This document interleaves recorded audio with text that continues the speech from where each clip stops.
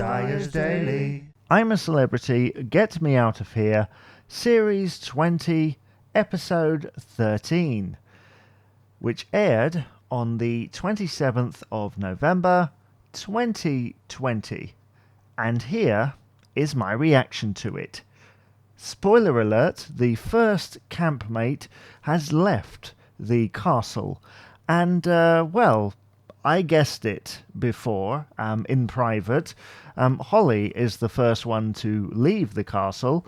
And it is sad, but as she quite rightly said, someone had to leave. And it ended quite, an interesting episode, because we had, of course, the camaraderie in camp that has come over the past few weeks or so and has built up, and it'll be interesting to see how the dynamic shifts over time in the next few days or so. We had the Castle Coin Challenge with Vernon and Mo Farah dressed as Robin Hood, and we got to hear the theme tune to The Adventures of Robin Hood, which we don't normally hear on mainstream television. I think that was my highlight, although the math thing, the way that they put all those castle coins together is always very interesting, although quite sad, I suppose, that they missed out on chocolate coins.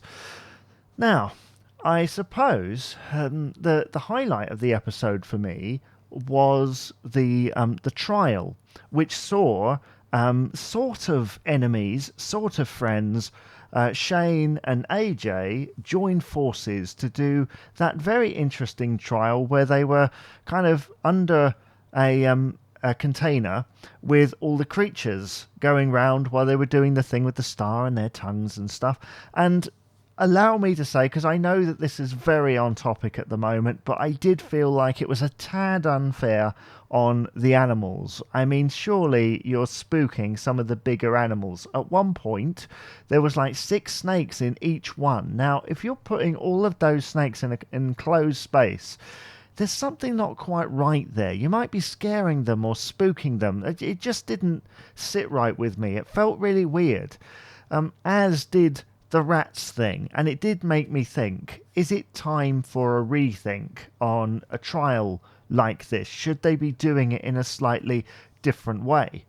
Now, I'm not flip-flopping here, don't get me wrong, it was very entertaining to watch, because AJ, who hasn't really had an opportunity to shine properly up until this point, was extremely entertaining with his quips and remarks, which is really interesting because it's normally Shane that has been doing that type of thing. So they came back with, about 11 stars, something like that, and so they all had their last meal together before Holly was voted out. I'm looking forward to seeing where the show goes, because there's been lots of developments, and I'm loving the personalities in the camp this year. I know it's been very friendly up until this point. No one's really fallen out, but we might see a change as we get to fewer numbers, and really we've only got about 6 days left.